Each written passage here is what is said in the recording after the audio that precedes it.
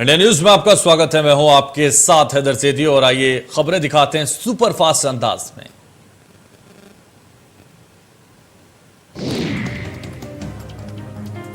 CM Yogi Adityanath ने किया tweet, पोषण उत्तम पोषण का संकल्प सतत साकार हो रहा है। आदरणीय प्रधानमंत्री जी के नेतृत्व में साकार हो रहा है।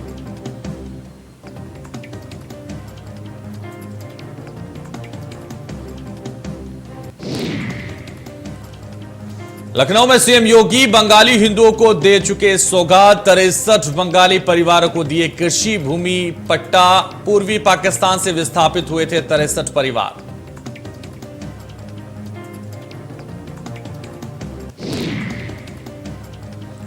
आज योगी सरकार कैबिनेट की दूसरी बैठक, कई अहम फैसले और प्रस्तावों पर लगेगी मोहर। अलग अलग सेक्टर का प्रेजेंटेशन देखेंगे सीएम।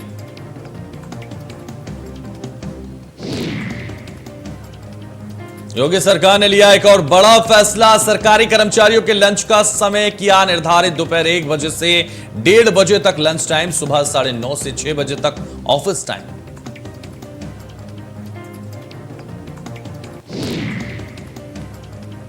यूपी सरकार का बड़ा फैसला, कोरोना पॉजिटिव कर्मचारियों को मिलेगा 1 माह का आकस्मिक अवकाश। 1 माह से अधिक अवकाश पर देना होगा रजिस्टर्ड एलोपैथिक मेडिकल।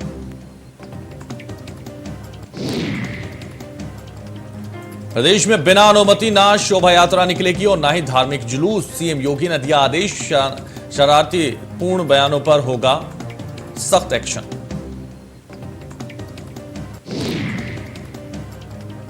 सीएम योगी ने सभी पुलिस कर्मियों के अवकाश तत्काल प्रभाव से निरस्त करने के दिए निर्देश। 4 मई तक नहीं ले सकेगा कोई भी छुट्टी। अगले 24 घंटे के भीतर तैनाती स्थल पर वापस लौटेंगे सभी पुलिसकर्मी।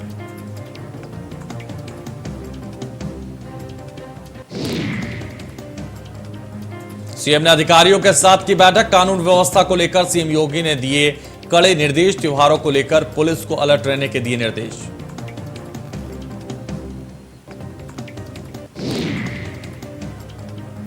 देर रात वीडियो कॉन्फ्रेंसिंग के जरिए सीएम ने की बैठक। सभी मंडलायुक्त, एडीजी, पुलिस कमिश्नर, आईजी मौजूद रहे। आगामी ईद और अक्षय तृतीया को देखते हुए अधिकारियों को दिए निर्देश। बैठक में दिल्ली एनसीआर में बढ़ते कोरोना पर हुई चर्चा। कोविड केस रोकने के उपाय तुरंत खोजने के लिए दिए निर्देश। एनसीआर से लगते जिलों समेत लखनऊ में मास्क पहनने को किया अनिवार्य।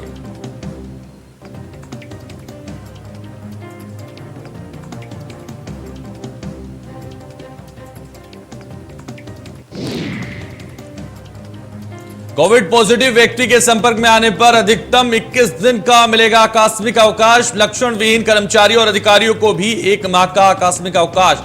कंटेनमेंट जोन घोषित होने तक कर्मचारियों को अवकाश स्वीकृत करने के आदेश जारी।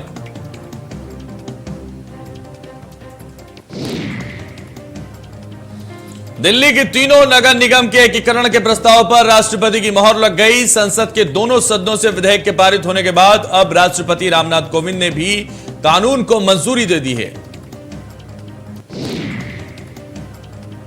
केंद्र सरकार ने दिल्ली के तीनों नगर निगमों को एक करने वाला विधेयक संसद में पेश किया था और कहा था कि एक नगर निगम होने से उसकी आर्थिक स्थिति मजबूत होगी।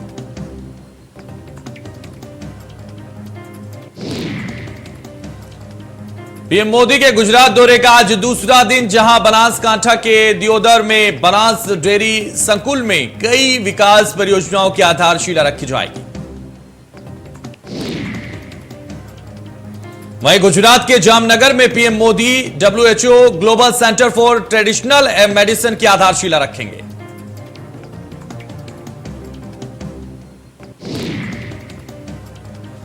दिल्ली के जहांगीरपुरी हिंसा को लेकर अमित शाह ने दिल्ली पुलिस अधिकारियों को सख्त निर्देश देते हुए कहा कि दंगाइयों के खिलाफ ऐसी सख्त कार्रवाई करें कि दोबारा दिल्ली में इस तरह के दंगे और हिंसा ना हो पाए।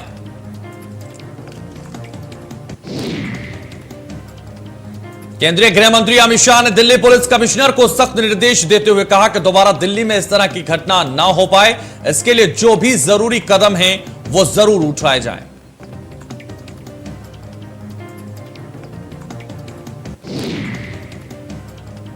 दिल्ली के जहांगीरपुरी में हिंसा मामले में रोहिणी कोर्ट ने आरोपी असलम और अंसार की पुलिस रिमांड को 2 दिन बढ़ा दिया है।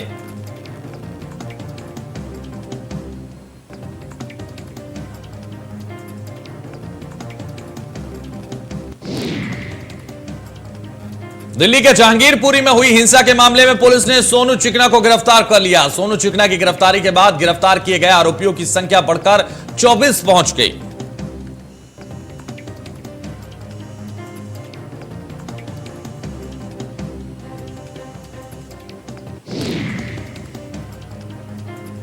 सीएम पुष्कर सिंह धामी आज करेंगे बैठक। आपदा प्रबंधन विभाग के साथ करेंगे बैठक। सचिवालय में अधिकारियों के साथ तो होगी मीटिंग।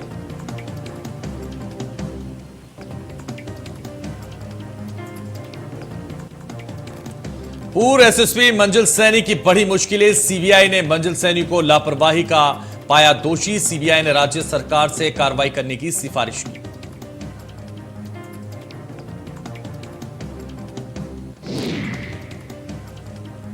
शाहजहांपुर से पूर्व विधायक रोशन लाल वर्मा के अवैध निर्माण पर चलेगा बुलडोजर। राजस्व विभाग की टीम ने अवैध निर्माण का लिया जायजा।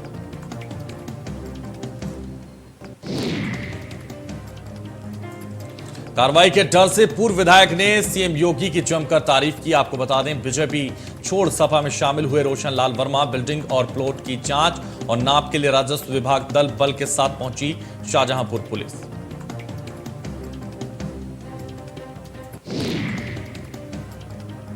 एटा में स्थानीय सांसद और विधायक ने मुख्यमंत्री आरोग्य स्वास्थ्य मेले का किया शुभारंभ। मेले में लोगों ने अपने स्वास्थ्य का निःशुल्क परीक्षण करवाया।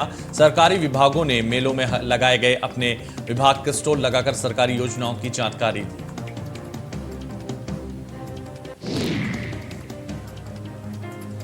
देश के नए आर्मी चीफ होंगे मनोज पांडे। लेफ्टिनेंट जनरल मनोज पांडे होंगे नए आर्मी चीफ। सेना प्रमुख बनने वाले पहले इंजीनियर हैं मनोज। लेफ्टिनेंट जनरल मनोज पांडे देश के नए सेना प्रमुख होंगे। केंद्र सरकार ने उनकी नियुक्ति को हरी झंडी दे दी है। मनोज पांडे आर्मी चीफ बनने वाले पहले इंजीनियर हैं। आगामी 30 अप्रैल को लेफ्टिनेंट जनरल मनोज पांडे को भारतीय सेना की कमान सौंपी जाएगी। मौजूदा सेना प्रमुख जनरल मनोज मुकुंद नरवणे अप्रैल 2022 के अंत तक सेवानिवृत्त होने वाले हैं।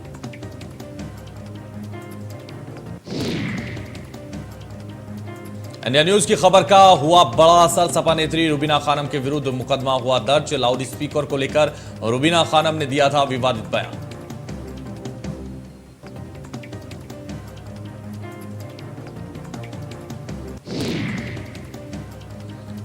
सीएससी में आशा बहुओं और संगनियों ने अधीक्षक को बनाया बंधक। चिकित्सा अधीक्षक और कर्मचारियों में विवाद के बाद नाराज हैं आशा बहुए।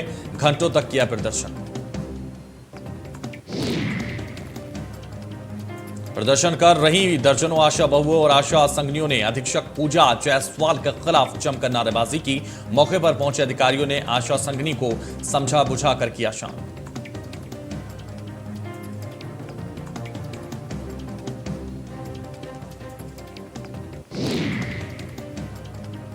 पीलीभीत में देर रात दुकान में लगी आग। सूचना पाकर मौके पर पहुंची स्थानीय पुलिस। कड़ी मशक्कत के बाद फायर ब्रिगेड की टीम ने आग पर काबू पाया। पुलिस की सूझबूझ से चला बड़ा हादसा। बिजली शटडाउन करवाकर बुलाई गई फायर ब्रिगेड की टीम। शॉर्ट सर्किट से लगी दुकान में भीषण आग। सुनगढ़ी थाना क्षेत्र के गैस चौराहे की घटना।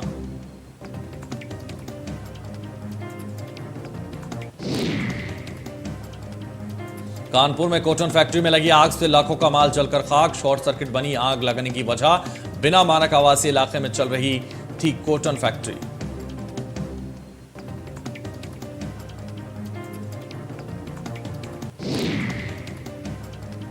अलीगढ़ में बर्थडे पार्टी के दौरान बार में हुआ झगड़ा। मारपीट के दौरान एक गुट ने की फायरिंग में एक युवक के लगी गोली। बर्थडे पार्टी में हुई फायरिंग में जख्मी युवक। बीजेपी युवा मोर्चा का पदाधिकारी युवक को जैन मेडिकल कॉलेज में कराया भर्ती। सासनी गेट थाने के आगरा रोड के पास की यह घटना।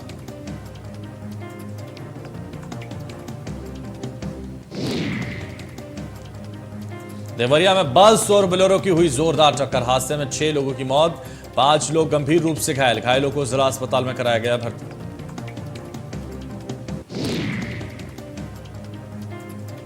मृतकों में 5 बोलेरो सवार और 1 बस यात्री शामिल। अभी देर रात तिलक समारोह के बाद कुशीनगर लौट रहे थे। गौरी बाजार के रुद्रपुर में मार्ग पर काली मंदिर के पास हुआ यह हादसा।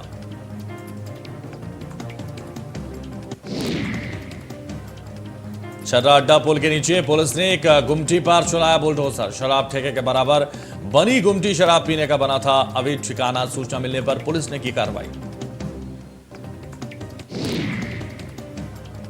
ठेका संचालक के खिलाफ आबकारी विभाग को सौंपी गई रिपोर्ट। एसएसपी कलानिधि नथानी ने मामले को संज्ञान में लिया। सीओ की अगुवाई में की गई सख्त कार्रवाई।